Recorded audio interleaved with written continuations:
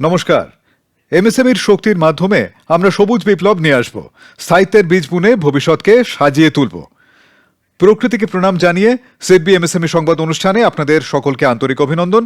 আজ এই সিরিজের সপ্তম পর্ব, যার থিম হল green finance and sustainable MSME growth, যেখানে আমরা জানব যে গ্রিন ফাইন্যান্স কি, স্থিতিশীল উন্নয়নের পথে এমএসএমইগুলো কিভাবে এগিয়ে যেতে পারে, কোন কোন স্কিমের লাভ নিতে পারে এবং সেই সঙ্গে ইএসজি এবং বিআরএসআর এর মতো ধারণাগুলোকেও আরও ভালোভাবে বুঝব। আমি অমিত অরোরা এবং আলোচনার জন্য দূরদর্শনের স্টুডিওতে আমার সঙ্গে রয়েছেন ডক্টর অশোক কুমার। নমস্কার। Former deputy director general bureau of energy efficiency. Doctor Ashok, যখন আমরা স্থিতিশীল এমএসএমইর কথা বলি তখন এর মধ্যে কোন কোন বৈশিষ্ট্যগুলো অন্তর্ভুক্ত থাকে, কোন কোন পরিবেশ বান্ধব উদ্যোগ একটি ব্যবসা গ্রহণ করতে পারে? সবার আগে তো আমরা এনার্জি এফিসিয়েন্সি দেখি, তারপর যে সমস্ত পরিবেশ বান্ধব উদ্যোগ রয়েছে যার ফলে পরিবেশের ওপর ক্ষতিকর প্রভাব কম পড়ে সেই ধরনের বিষয়গুলো রয়েছে, আর তারপর যে সমস্ত কাজ যেমন পুনর্ব্যবহারযোগ্য করা হলো, পুনর্ব্যবহার হলো, এইসব কিছু একটা সবুজ উদ্যোগের আওতায় আসে। আচ্ছা, তার মানে এটা দূষণ নিয়ন্ত্রণ হয়ে গেল। যদি কেউ নবায়নযোগ্য শক্তি গ্রহণ করে, বৃত্তাকার অর্থনীতিও কি এরই অংশ? এরই অংশ হতে পারে। অনেক শব্দ আছে যা সামনে আসে, net zero, carbon footprint, green washing. আসুন এক এক করে বুঝি। সবার আগে ডক্টর অশোক, কার্বন ফুটপ্রিন্ট, যাকে গ্রিন হাউস গ্যাস নির্গমনও বলা হয়, এটাকে কিভাবে বুঝবো? গ্রিন হাউস গ্যাস এমন একটা ধরনের গ্যাস যার কারণে আমাদের পৃথিবীর তাপমাত্রা বৃদ্ধি পেয়ে যায়, যার ফলে জলবায়ু পরিবর্তনে যথেষ্ট প্রভাব পড়ে। তো এই গ্যাসগুলোর ফুটপ্রিন্ট মানে হলো যে একটা নির্দিষ্ট ইন্ডাস্ট্রি তার কাজকর্মের মাধ্যমে যা কিছু উৎপাদন করে তা থেকে কতটা কার্বন নির্গমন করছে। সুতরাং ফুটপ্রিন্ট বলবো, যদি কোনো সংস্থা বেশি কার্বন নির্গমন করে তবে তার ফুটপ্রিন্ট বেশি, যদি তাদের নির্গমন কম হয় তবে তাদের ফুটপ্রিন্ট কম। ডক্টর অশোক, অনেক সময় আমরা নির্গমনের ক্ষেত্রে শুনে থাকি স্কোপ 1, স্কোপ 2, স্কোপ 3, এদের মধ্যে কি পার্থক্য রয়েছে? কার্বনের নির্গমন যা কোনো শিল্পের প্রাঙ্গণে হয়ে থাকে এবং সেই উদ্যোক্তাদের নিজের নিয়ন্ত্রণেই থাকে, তো এটা স্কোপ 1 হয়ে গেল। একে আমরা প্রত্যক্ষ নির্গমন বলি, যার উপর সরাসরি নিয়ন্ত্রণ থাকে। আর দ্বিতীয়টি হলো পরোক্ষ নির্গমন, যেমন আপনাকে যদি বিদ্যুৎ ব্যবহার করতে হয় তবে তাতে আপনার যে উদ্যোক্তা সেটা ব্যবহার করছেন তার উপর ততটা নিয়ন্ত্রণ থাকে না, তাই এটিকে স্কোপ 2 নির্গমন বলা হয়। স্কোপ 3 হলো আরও কিছু নির্গমন যা আপনার কোনো মালপত্র আনার জন্য, কিছু লজিস্টিক্সের জন্য, পরিবহনের জন্য হয়ে থাকে। সেসব ক্ষেত্রেও যা উদ্যোক্তা নিজের কাজের জন্য ব্যবহার করেন তা থেকে যে নির্গমন বের হয় সেই সমস্ত বিভাগকে আমরা স্কোপ 3-র মধ্যে রাখি। তার মানে আমরা এটা বলতে পারি যে স্কোপ 1 হলো প্রত্যক্ষ নির্গমন, স্কোপ 2 হলো ক্রয়কৃত জ্বালানি নির্গমন এবং স্কোপ 3 হলো মূল্য সংযোজন। একেবারে। কিন্তু ব্যবসায়ীদের মনে এই প্রশ্নটা নিশ্চয়ই আসছে যে আপনি যে সবুজ উদ্যোগগুলোর কথা বললেন কিংবা কার্বন ফুটপ্রিন্ট কমানোর কথা বললেন, এগুলো তো পরিবেশের সঙ্গে যুক্ত বিষয়, তাহলে ব্যবসার কি লাভ? এই ব্যবসা এবং পরিবেশ দুটো বিষয় আলাদা নয়, এদের মধ্যে অত্যন্ত জোরালো একটা সম্পর্ক রয়েছে। আপনি আপনার ব্যবসাকে যতটা পরিবেশ বান্ধব করে তুলবেন বা সবুজ করবেন, ব্যবসায়ও ততটাই প্রতিযোগিতামূলক জায়গায় থাকবেন। হ্যাঁ, একদম। আর এই কারণে এই লক্ষ্যে সকলের অংশগ্রহণ অত্যন্ত জরুরি। আরও একটা শব্দ যা সাস্টেনেবিলিটির পরিভাষায় আসে, গ্রিন ওয়াশিং, এর কি অর্থ? আসলে বাস্তবে কোনো কাজ না করে অথচ আমরা দাবি করি যে আমরা পরিবেশ বান্ধব উদ্যোগ নিয়েছি, তার ফলে তো বাস্তবে যে পরিবেশ বান্ধব কাজটা করা হলো না অথচ তার ওপর সবুজের দাবি করা হচ্ছে, সেটাকে আমরা বলি গ্রিন ওয়াশিং। আরও একটা শব্দ আসে, নেট জিরো। আর দর্শকদের জানাতে চাইব যে ভারত বৈশ্বিক মঞ্চে 2070 সালের মধ্যে নেট জিরো হওয়ার সংকল্পও করেছে। তো নেট জিরোর মানে কি? পুরো পৃথিবী একটা পরিবেশের বা জলবায়ুর পরিবর্তনের মধ্যে দিয়ে যাচ্ছে এবং এর অনেক ধরনের মারাত্মক কুপ্রভাব পড়ছে। আর তা আটকানোর জন্য এটা অত্যন্ত জরুরি যে কার্বন নির্গমন যতটা সম্ভব কমিয়ে আনা হোক। তাই এটি সব দেশেরই একটি অঙ্গীকার যে আমরা আমাদের দেশের মোট নেট কার্বন নির্গমন শূন্য করব। একটা এমএসএমই ইউনিট এমন কিছু কাজ করবে যার মাধ্যমে প্রথমত তারা নিজেদের নির্গমন কমাবে, কার্যক্ষমতা বৃদ্ধির উদ্যোগ নেবে এবং কিছু বিকল্প কাঁচামাল ব্যবহার করবে যাতে নির্গমন হ্রাস পায়। কিন্তু তারপরও এমন কিছু প্রক্রিয়া থাকে যেখানে নির্গমনকে পুরোপুরি শূন্য করা বেশ কঠিন।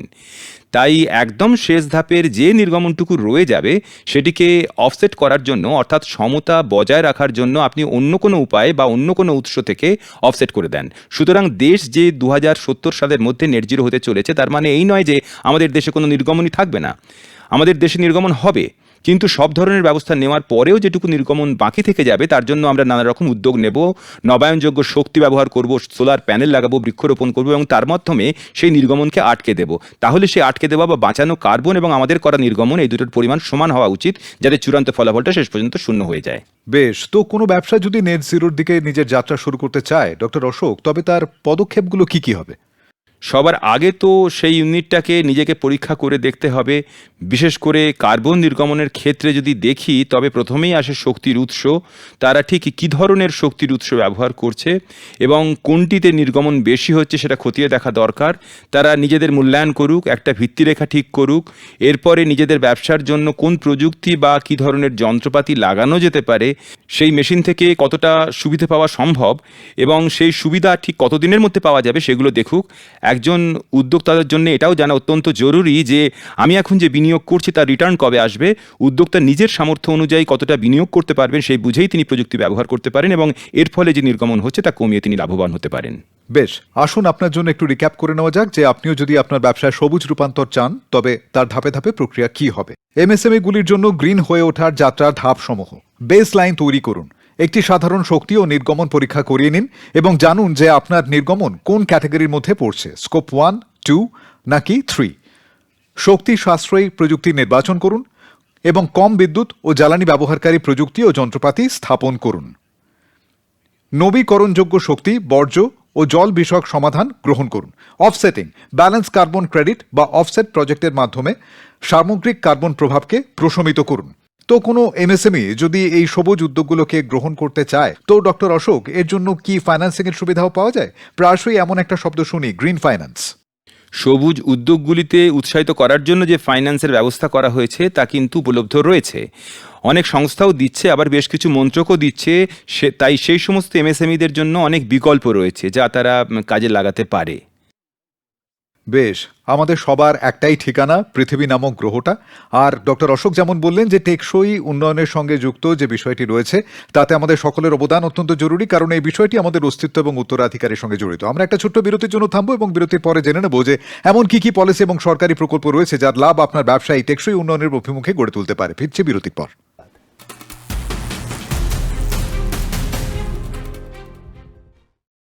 सिडबी की 4E योजना जो एमएसएमई के आधुनिकीकरण और ऊर्जा बचत का है सशक्त माध्यम। इसके तहत नई मशीनरी और उपकरणों के लिए 100% फाइनेंसिंग का विकल्प या 75% तक ऋण सहायता उपलब्ध है।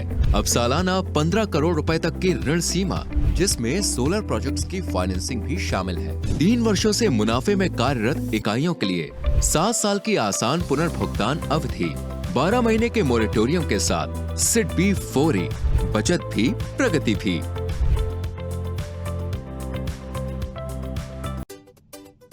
अगर आप हॉस्पिटैलिटी या सर्विस बेस्ड एमएसएमईज चलाते हैं और अपनी जगह को अपग्रेड करना चाहते हैं, तो ग्रोथ का रास्ता है सिडबी का मोर। ये स्कीम खास तौर पर hospitality, health care, warehousing और ऑर्गेनाइज्ड रिटेल जैसे सेक्टर्स के लिए डिजाइन किया गया है। अब चाहे इंटीरियर अपग्रेड करना हो या इक्विपमेंट और फर्नीचर, सिविल वर्क हो या फिर लाइट एसेट्स, इन सब के लिए पाए सही फाइनेंस। 5 करोड़ रुपए तक का term loan, CGTMSE guarantee coverage, बेहतर इंटरेस्ट रेट्स और 8 साल तक का फ्लेक्सिबल रीपेमेंट। सिडबी एमएसएमईज को समझता है, इसलिए मोर सिर्फ लोन नहीं, ग्रोथ का रास्ता है।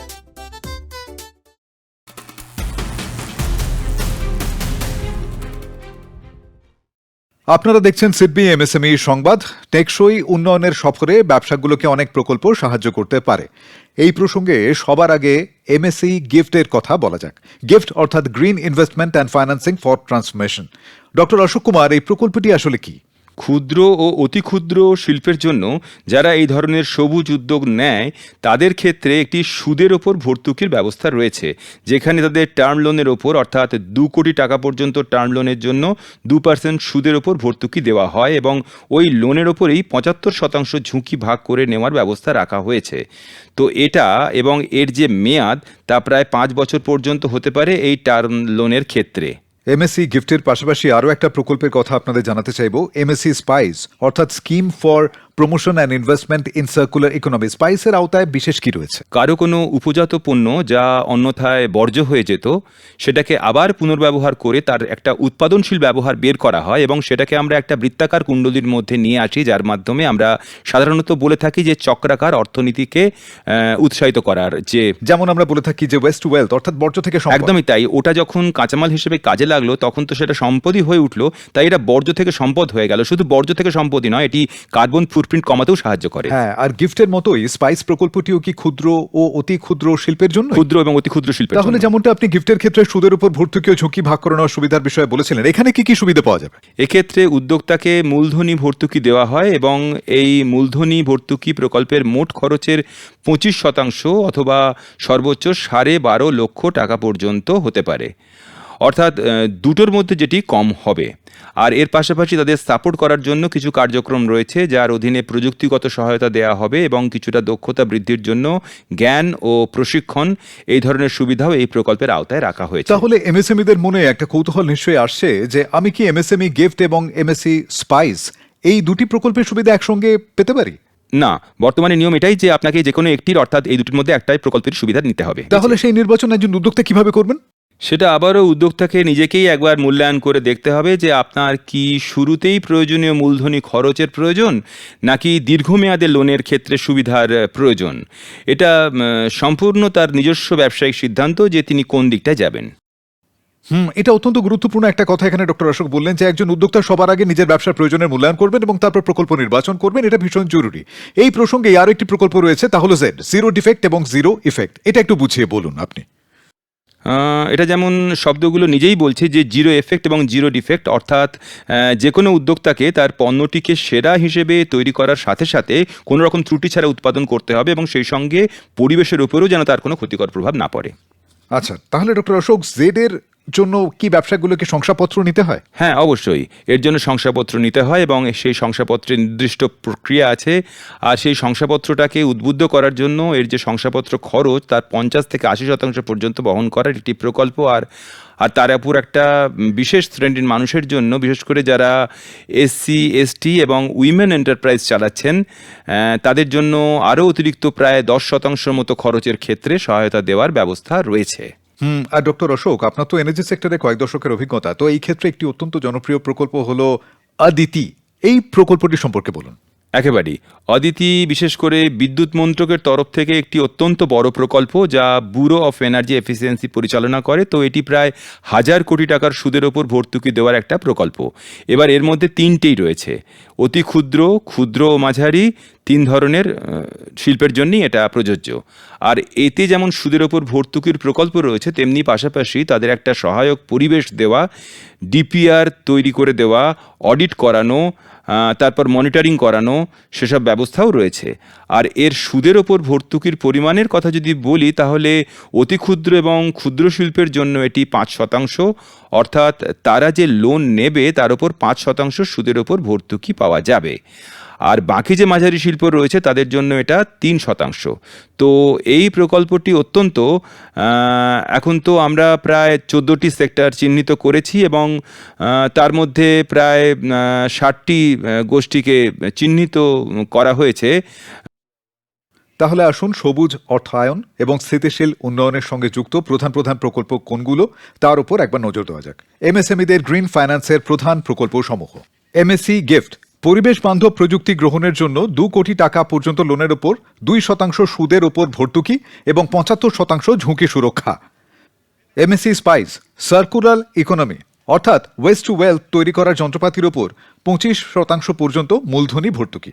জেড সার্টিফিকেশন, গুণমান উন্নয়ন এবং পরিবেশগত নিয়মাবলী মেনে চলার ক্ষেত্রে সহায়তা। জিরো ডিফেক্ট, জিরো এফেক্ট শংসাপত্রের খরচের ওপর 50 থেকে 80% পর্যন্ত ছাড়। অদিতি, শক্তি সাশ্রয়ী প্রযুক্তির জন্য লোনের ওপর 3 থেকে 5% পর্যন্ত সুদের উপরে ভর্তুকি এবং প্রযুক্তিগত নির্দেশিকা পাওয়া যায়।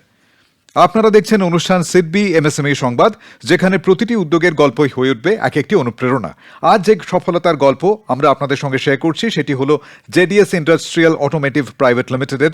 আসুন জেনে নেওয়া যাক কিভাবে এই প্রতিষ্ঠান পরিবেশ বান্ধব উদ্যোগ গ্রহণ করেছে এবং টেকসই উন্নয়নের অভিমুখে নিজেদের পদক্ষেপ বাড়িয়েছে।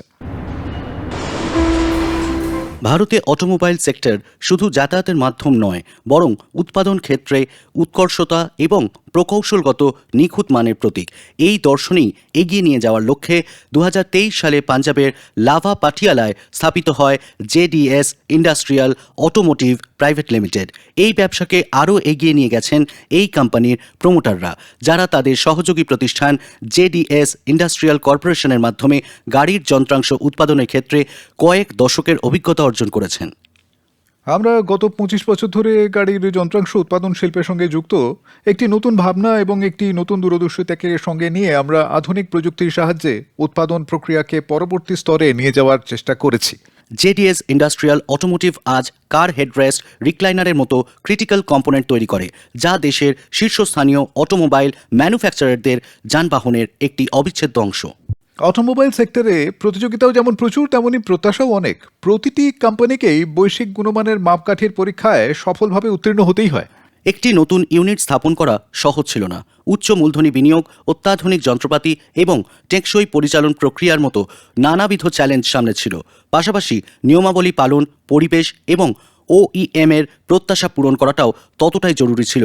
এই মজবুত ও ভবিষ্যতের জন্য প্রস্তুত ইকোসিস্টেম গড়ে তোলার জন্য কোম্পানির আর্থিক ও প্রযুক্তিগত সহায়তার প্রয়োজন ছিল। ঠিক এই জায়গাতেই জেডিএস গ্রুপকে ব্যাংকের তরফ থেকে বিভিন্ন প্রকল্পের অধীনে দেওয়া আর্থিক সহায়তা প্রবৃদ্ধির এক নতুন পথ দেখিয়েছে। ব্যাংকের ফান্ডিং আমাদের শুধু যন্ত্রপাতি বসাতেই সাহায্য করেনি, বরং আমাদের ভবিষ্যতের জন্য প্রস্তুত করে তোলার আত্মবিশ্বাসও জুগিয়েছে। ব্যাংকিং ফান্ডিং স্থাপিত সম্পূর্ণ অটোমোটিভ ইলেকট্রোপ্লেটিং প্ল্যান্ট উৎপাদন ক্ষমতা ও পণ্যের গুণমান উভয়কেই এক নতুন স্তরে নিয়ে যেতে সাহায্য করেছে। 4E ফাইন্যান্সিং স্কিমের অধীনে রুফটপ সোলার ইনস্টলেশন কোম্পানিকে এনার্জি এফিশিয়েন্ট এবং টেকসই পরিচালন প্রক্রিয়ার অভিমুখে শক্তিশালী করে তুলেছে। আজ উৎপাদন মানে শুধুমাত্র প্রোডাকশন করা নয়, বরং এনার্জি এফিসিয়েন্সি, খরচ নিয়ন্ত্রণ এবং পরিবেশ বান্ধব হওয়াটাও ঠিক ততটাই গুরুত্বপূর্ণ। এই পদক্ষেপটি এনার্জি ট্রানজিশনের অভিমুখে MSMEদের সচেতনতাকেও স্পষ্টভাবে ফুটিয়ে তোলে। আমরা সোশ্যাল ইনস্টলেশনের মাধ্যমে বিদ্যুৎ খরচ কমিয়েছি এবং একটি পরিবেশগতভাবে দায়িত্বশীল উৎপাদন পরিকাঠামো গ্রহণ করেছি। অত্যাধুনিক এনার্জি এফিশিয়েন্ট মেশিন স্থাপনের ফলে কোম্পানির উৎপাদনশীলতা, প্রসারযোগ্যতা এবং প্রতিযোগিতা করার ক্ষমতা বহুগুণ বেড়ে গেছে। এই সমস্ত উদ্যোগ একসঙ্গে মিলে জেডিএস ইন্ডাস্ট্রিয়াল অটোমোটিভকে একটি আধুনিক, দক্ষ এবং টেকসই উৎপাদন কেন্দ্রে রূপান্তরিত করেছে। এগুলো গ্রহণ করার ফলে শুধুমাত্র শক্তির ব্যবহারই কমেনি, বরং কোম্পানির কার্বন ফুটপ্রিন্টও উল্লেখযোগ্যভাবে হ্রাস পেয়েছে। মজবুত বাজারের সঙ্গে সংযোগ এবং ক্রমাগত উচ্চ গুণমান বজায় রাখার মাধ্যমে কোম্পানিটি দেশীয় ও রপ্তানি বাজারে এক দৃঢ় পরিচিতি লাভ করেছে।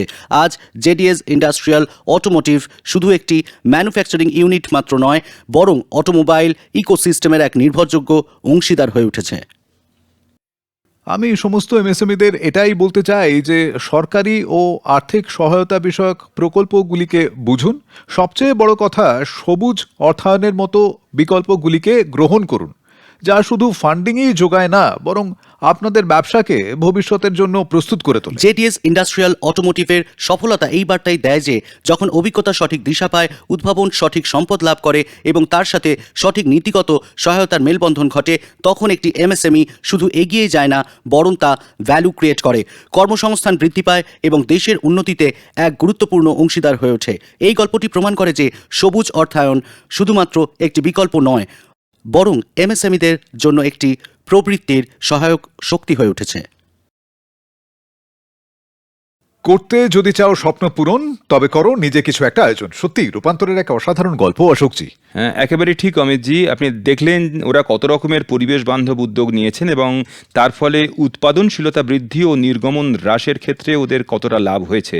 তাই আমার মনে হয় যে ওরা যে কাজটা করছেন তা বাকি উদ্যোক্তাদের জন্য একটা বড় অনুপ্রেরণা হয়ে উঠবে, একটা উদাহরণ তৈরি করবে। তবে একটা ডেমনস্ট্রেশনের মতো, যা দেখে অন্যরাও অনুপ্রাণিত হয়ে নিজেদের ইউনিটগুলোতে এগুলো চালু করতে পারেন এবং তার ফলে ঠিক এই ধরনের সুবিধাটাই লাভ করতে পারেন। হ্যাঁ, একদম ঠিক। আমরা আরো একটা ছোট বিরতির জন্য থামছি এবং বিরতির পরে আপনাদের সঙ্গে শেয়ার করব যে ESG এবং BRSR ধারণাগুলো কি, আর এর পাশাপাশি অডিয়েন্সের প্রশ্নগুলো শামিল করব বিরতির ঠিক পরে।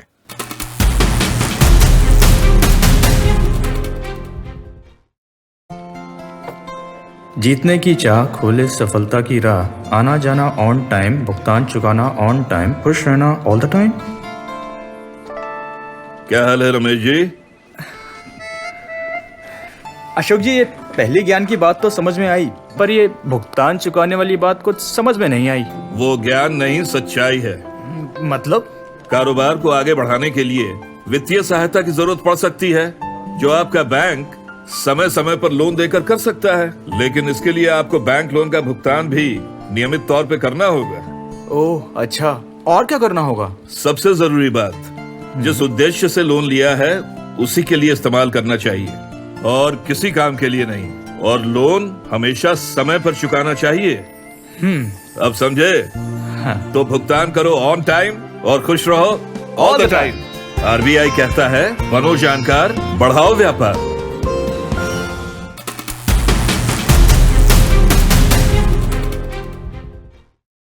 আপনারা দেখছেন অনুষ্ঠান সিডবি এমএসএমই সংবাদ।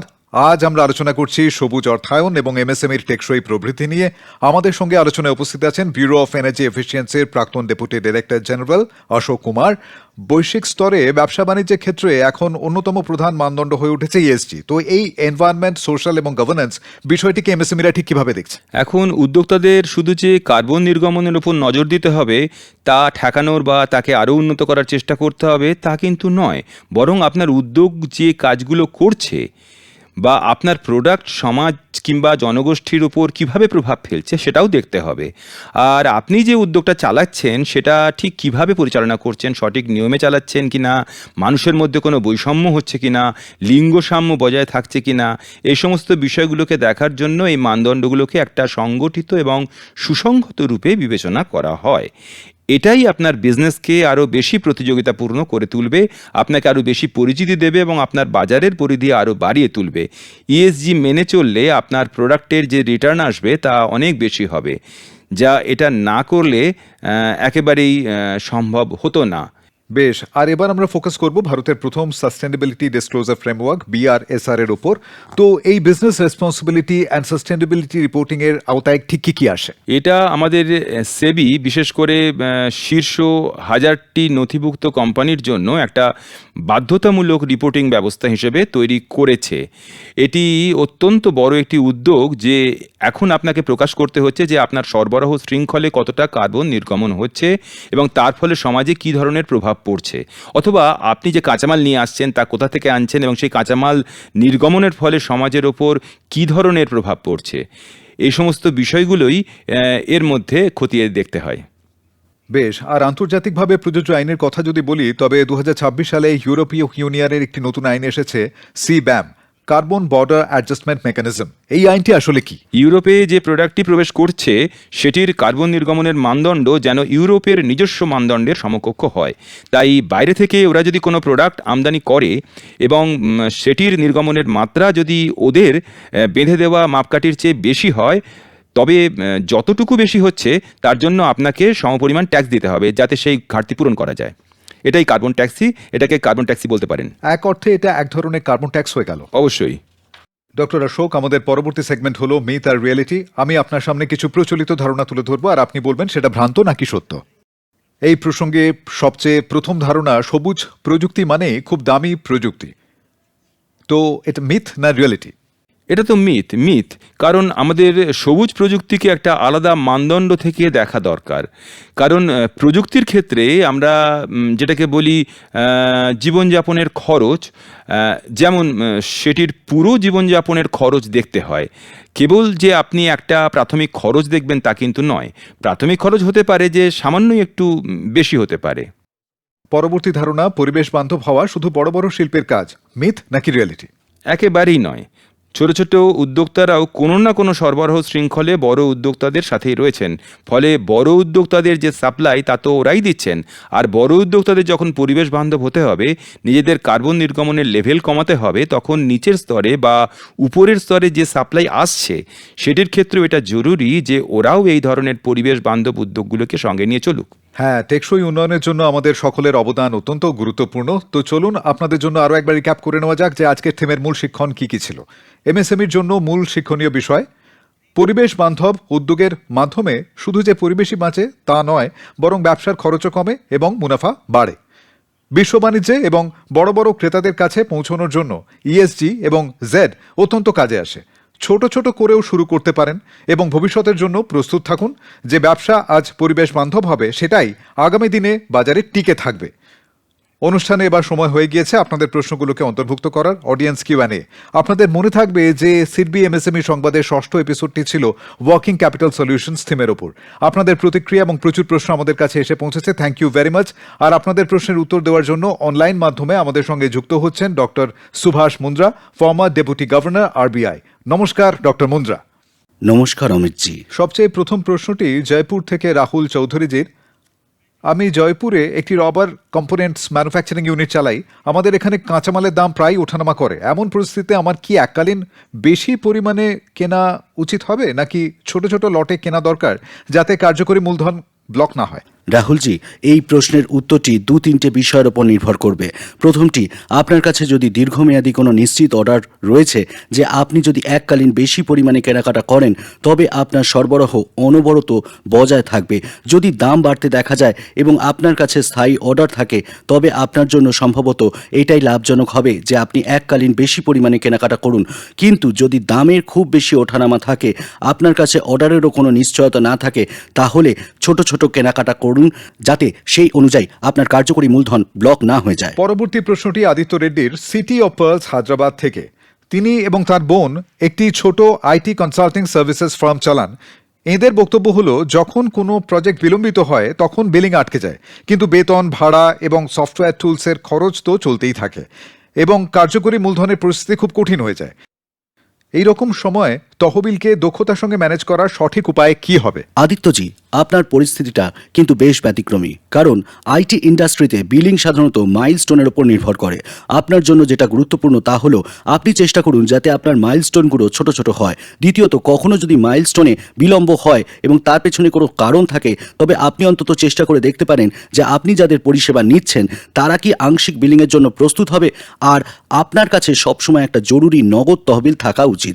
পাশাপাশি ফাইন্যান্সের যে অপশনগুলো উপলব্ধ রয়েছে তা সে ক্যাশ ক্রেডিট হোক কিংবা ওভারড্রাফটের মতো ব্যবস্থা, ব্যাংকের সঙ্গে এই ধরনের একটা ব্যবস্থাও আপনার আগে থেকে করা প্রয়োজন। অনুষ্ঠানে দর্শকদের প্রশ্নের উত্তর দেওয়ার জন্য ডক্টর মুন্দ্রা আপনাকে অনেক অনেক ধন্যবাদ। আর অনলাইনে আমাদের সঙ্গে যোগ দেওয়ার জন্য আপনাকে ধন্যবাদ। আর আপনারাও যদি সিডবি এমএসএমই সংবাদ অনুষ্ঠানের অংশ হতে চান, কোনো প্রতিক্রিয়া জানাতে চান কিংবা কোনো প্রশ্ন করতে চান, তবে আপনারা আমাদের ইমেল করতে পারেন।